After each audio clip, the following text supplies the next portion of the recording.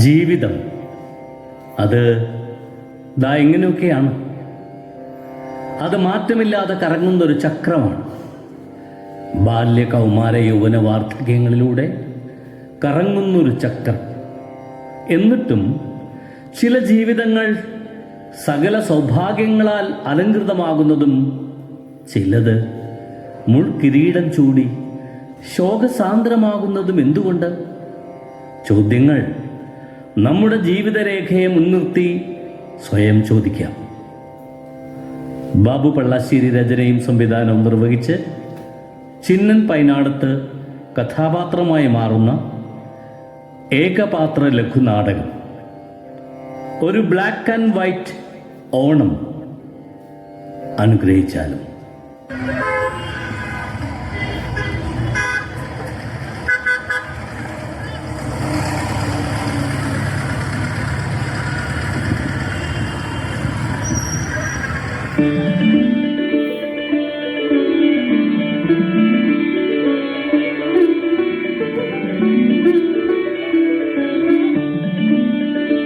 വീട്ടിൽ നിന്ന് സ്കൂളിലേക്കും സ്കൂളിൽ നിന്ന് വീട്ടിലേക്കും ദിവസേന 5 കിലോമീറ്റർ വീതം നടന്നിരുന്ന ആളാ ഈ ചന്ദനമുറ്റത്ത് പത്മനാഭമേനോൻ.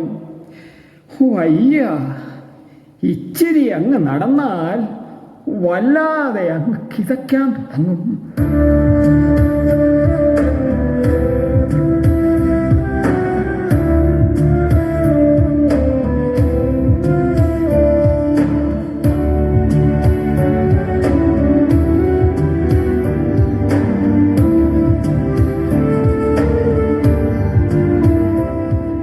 രാഷ്ട്രപിതാവേ, നമസ്കാരം.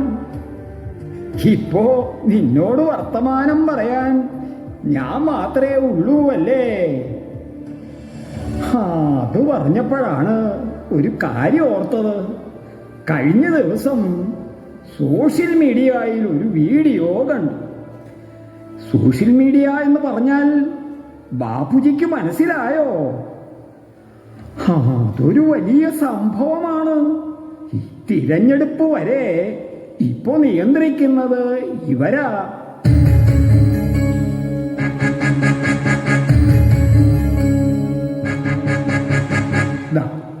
ഇത് കണ്ട, ഈ ഒരു സൂത്രം കൊണ്ട് ഒരു വിപ്ലവം വരെ നടത്താം.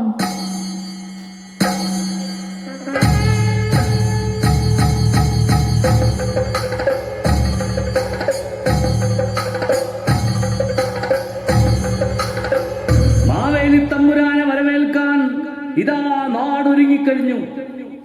നല്ലൊരു ഇലസദ്യ കഴിക്കാൻ 3 തരം പായസം കൂട്ടി ഉണ്ണാൻ അമ്മത്തറവാട് ഹോട്ടലിലേക്ക് നിങ്ങളെ ക്ഷണിക്കുന്നു.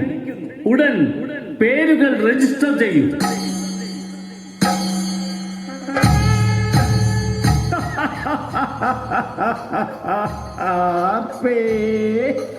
Hero hero. ബാപ്പുജി ക്ഷമിക്കണം, ചിരി അടക്കാൻ പറ്റാത്തതുകൊണ്ട് പൊട്ടിപ്പോയത്. ഈ ഓണം എന്താന്നൊക്കെ ബാപ്പുവിനറിയാലോ.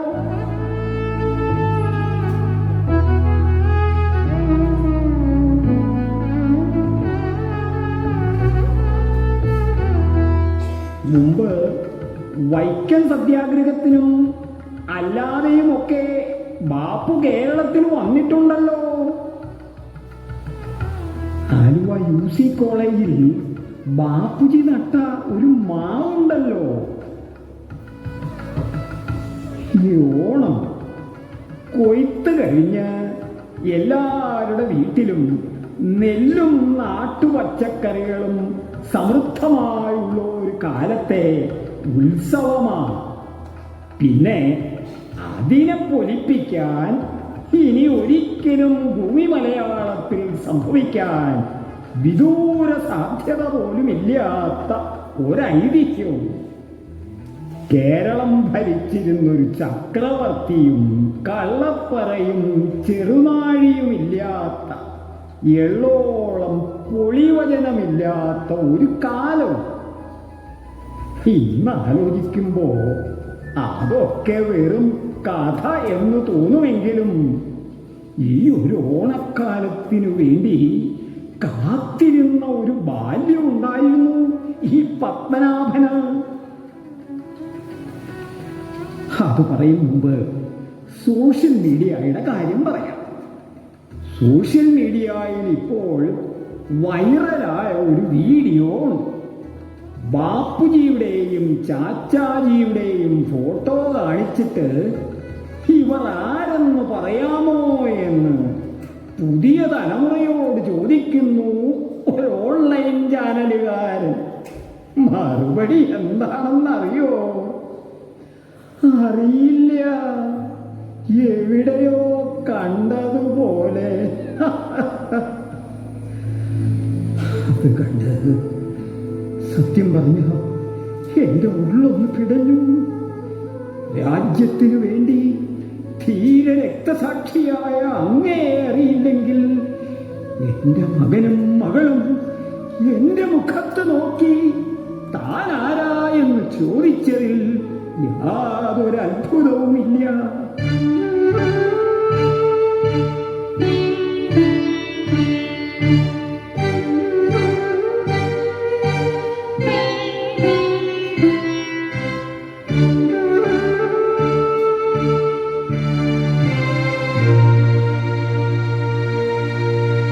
കാലം മാറുകയാണ് ബാപ്പു, എല്ലാം വല്ലാതെ മാറുകയാണ്. വെറും മാറ്റമല്ല, ഭയാനകമായ മാറ്റം.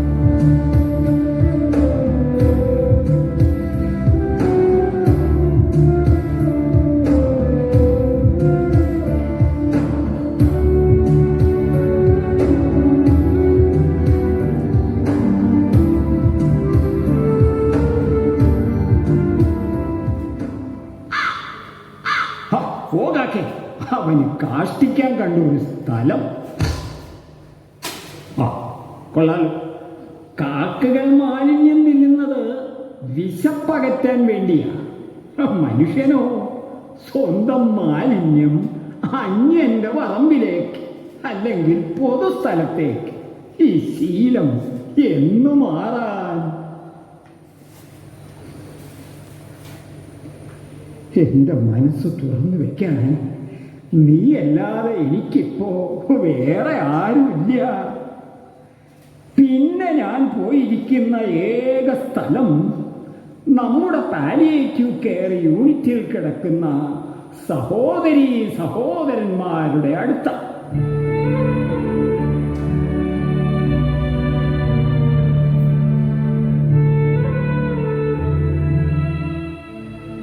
അവരും എന്നെ പോലെ ഒരേ തൂവൽ പക്ഷികളാണ്. ആയ കാലത്ത് കുതിരകളെപ്പോലെയും പിന്നെ കഴുതകളെപ്പോലെയും മക്കൾക്കു വേണ്ടി ഓടിയിട്ട് ഒടുവിൽ വാർദ്ധക്യവും രോഗവും വന്നപ്പോ എല്ലാവരാലും ഉപേക്ഷിക്കപ്പെട്ടവർ.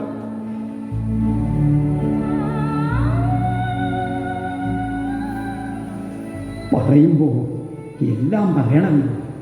ചിലര് ഭാഗ്യം ചെയ്തോരാ. എൻ്റെ അച്ഛന് വേണ്ടി അമ്മയ്ക്ക് വേണ്ടി എന്തൊക്കെ ചെയ്യാൻ പറ്റുമോ അതൊക്കെ അവസാനം വരെ ഞാൻ ചെയ്യുമെന്ന് പറഞ്ഞ് അവർക്കരികിൽ നിന്ന് മാറാതെ നിൽക്കുന്ന ചില മക്കളും മരുമക്കളും കൂട്ടത്തിലുണ്ട്. അവിടെ പോകുമ്പോൾ അവർക്ക് ഞാൻ സമ്മാനിക്കാറുണ്ട് ഒരു പൂ, അല്ലെങ്കിൽ ഒരു ചിരി, അല്ലെങ്കിൽ ഒരു കൂപ്പുകൈ.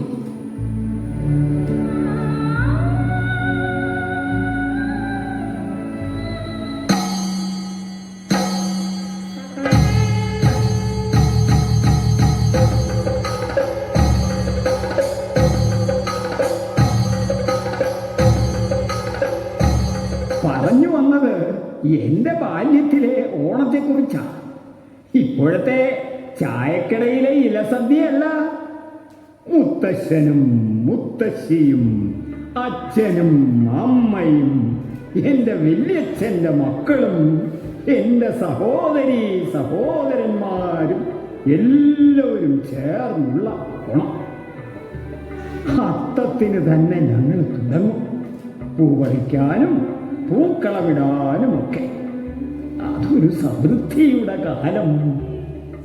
സമൃദ്ധി എന്നാൽ പണത്തിൻ്റെയോ ആർഭാടങ്ങളുടെയോ കാര്യത്തിലല്ലട്ടോ, സ്നേഹത്തിൻ്റെ കാര്യത്തിൽ, നന്മയുടെ കാര്യത്തിൽ. അന്നൊന്നും മനുഷ്യന് ഇത്രയും ആവശ്യങ്ങളില്ലല്ലോ. പരസ്പരം പാരവെപ്പുകളില്ല. അവൻ്റെ സുഖം എൻ്റെ സുഖം, അവൻ്റെ കുടുംബം എൻ്റെ കുടുംബം എന്നുള്ള വേർതിരിവുകളില്ല. ഇപ്പോ ജാതി, മതം, വലിയവൻ ചെറിയവൻ ഇതൊക്കെ വളരെ പ്രകടമായി കാണാൻ തുടങ്ങി. പ്രളയവും മഹാമാരികളും മറ്റു പ്രകൃതി ദുരന്തങ്ങളുമൊക്കെ വന്നു കഴിയുമ്പോൾ കുറച്ച് കാലത്തേക്ക് ഭയങ്കര കരുണയും മനുഷ്യ സ്നേഹവും ഒക്കെ ആയിരിക്കും. ആ മുറിപ്പാടുകൾ മങ്ങിക്കഴിഞ്ഞാൽ വീണ്ടും വെട്ടും കുത്തും കൊലയും മയക്കുമരുന്നടിച്ചുള്ള പൈശാചികതയും വല്ലാതെ തളർന്നിരിക്കും. ഇത്രയും കാലത്തെ അനുഭവം കൊണ്ട് നേടിയ അറിവുകൾ പറഞ്ഞു കൊടുക്കാമെന്ന് വെച്ചാൽ ഉപദേശം അത് കേൾക്കാൻ ആർക്കും താല്പര്യമില്ല. എത്ര വിദ്യാർത്ഥികൾക്ക് അറിവ് പകർന്നു കൊടുത്ത ഒരു അധ്യാപകനാ ഞാൻ. ഇന്നിപ്പോ പത്മനാഭനെ കേൾക്കാൻ ആരുമില്ല. നോബഡി. ഗാന്ധി ജയന്തി ദിനത്തിൽ മാത്രം ഓർക്കപ്പെടുന്ന ഒരാളായി മാറി മഹാത്മാ. ഇപ്രാവശ്യം ഓണത്തിന് ഒരില ചോറുമായി ഞാൻ വരും നിന്റെ അരികിൽ. നമുക്ക് കഴിക്കാം ഒരു ഓണസദ്യ.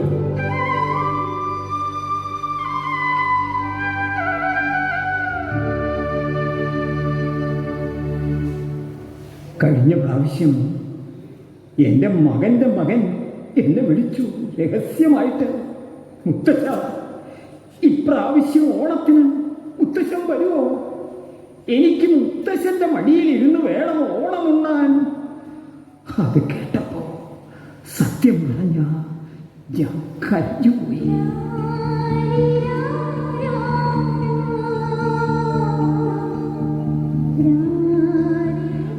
ഒരുപാട് സ്വപ്നങ്ങൾ നിറഞ്ഞു നിൽക്കുന്ന ദ്രവിച്ച ആ വീട്ടിൽ തനിച്ചായി പോയ എന്നെ എന്റെ കൊച്ചുമോൻ ഓർത്തല്ലോ. അവന് ചില സമ്മാനങ്ങളൊക്കെ വാങ്ങിയ ഞാൻ ഓണത്തിന് അവരുടെ ഫ്ലാറ്റിലേക്ക് ചെന്നത്. അപ്പോ സെക്യൂരിറ്റി ഗാർഡ് പറഞ്ഞു അവരില്ല, ഓണം ആഘോഷിക്കാൻ വിദേശത്തെങ്ങോ പോയെന്ന്. ഓണം ആഘോഷിക്കേണ്ടത് വിദേശത്താണോ?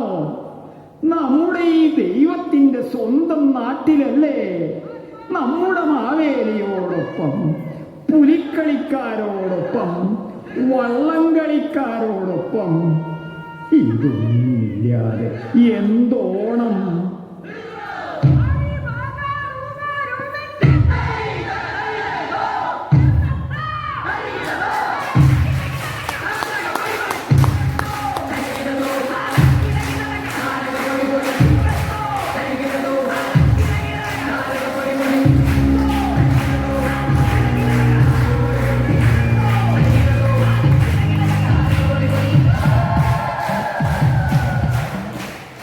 നമ്മുടെ ഓണപ്പാട്ടുകളൊക്കെ കേൾക്കാൻ എന്ത് രസാണെന്നറിയോ ബാപ്പുവിന്? പൂവിളി പൂവിളി പൊന്നോണമായി നീ വരൂ പൊന്നോണത്തുമ്പി.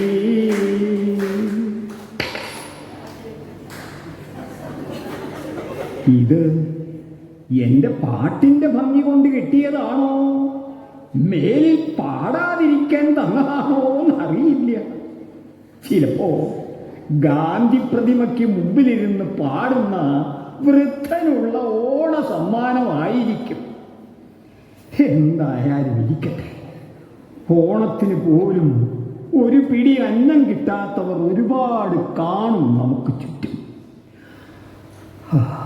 അന്ന് ഉണ്ണിക്കുട്ടന് വേണ്ടി കൊണ്ടുപോയ കളിപ്പാട്ടങ്ങൾ ഫ്ലാറ്റിന് കാവൽ നിന്ന് സെക്യൂരിറ്റിക്കാരന് ഞാൻ കൊടുത്തപ്പോൾ അയാൾ പറഞ്ഞു, ഈ ഫ്ലാറ്റിലുള്ളവർ ഓണം ആഘോഷിക്കുമ്പോൾ ഞാൻ ഈ ഗേറ്റിൽ തന്നെ കാവലായിരിക്കുമെന്ന്. കളിപ്പാട്ടങ്ങൾ കൈകൂപ്പി വാങ്ങിയിട്ട് അയാൾ പറഞ്ഞു, ഇത് ഞാൻ എൻ്റെ കൊച്ചുമക്കൾക്ക് കൊണ്ടുപോയി കൊടുക്കാമെന്ന്. ഹാപ്പി ഓണം എന്ന് അയാൾ പറഞ്ഞപ്പോൾ അയാളിൽ ഞാൻ എന്നെ കണ്ടു.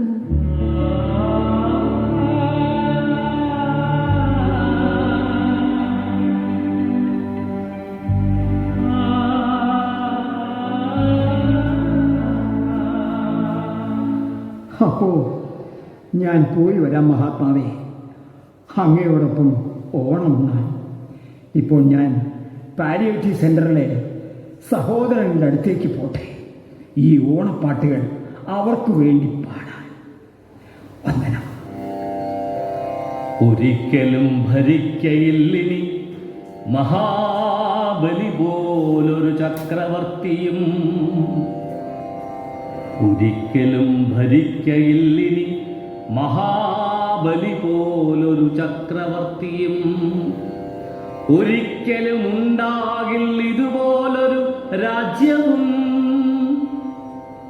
ഒരിക്കലും ജനിക്കയില്ലിനിയൊരു ഗാന്ധിയും, ഗാന്ധിതൻ സ്വപ്നമാം രാജ്യവും. എങ്കിലും പ്രതീക്ഷ കൈവിടാതി തീയിൽ തുടരുന്നു ഞാനൻ യാത്ര, എങ്കിലും പ്രതീക്ഷ കൈവിടാതി തീയിൽ തുടരുന്നു ഞാനൻ യാത്ര. സ്നേഹം വറ്റാത്ത മനസ്സുകൾ ഇപ്പോഴും ബാക്കിയുണ്ടല്ലോ അങ്ങിങ്ങായിപ്പോഴും. മനനം ചെയ്യും മനസ്സുള്ള മാനവൻ മനസ്സിരുത്തിയാൽ പണിയാം. സ്നേഹക്കൂടുപോലൊരു വീടും നാടും അതുമാത്രമാണ് പ്രാർത്ഥന. സ്നേഹക്കൂടുപോലൊരു വീടും നാടും അതുമാത്രമാണ് പ്രാർത്ഥന, അതുമാത്രമാണ് പ്രാർത്ഥന.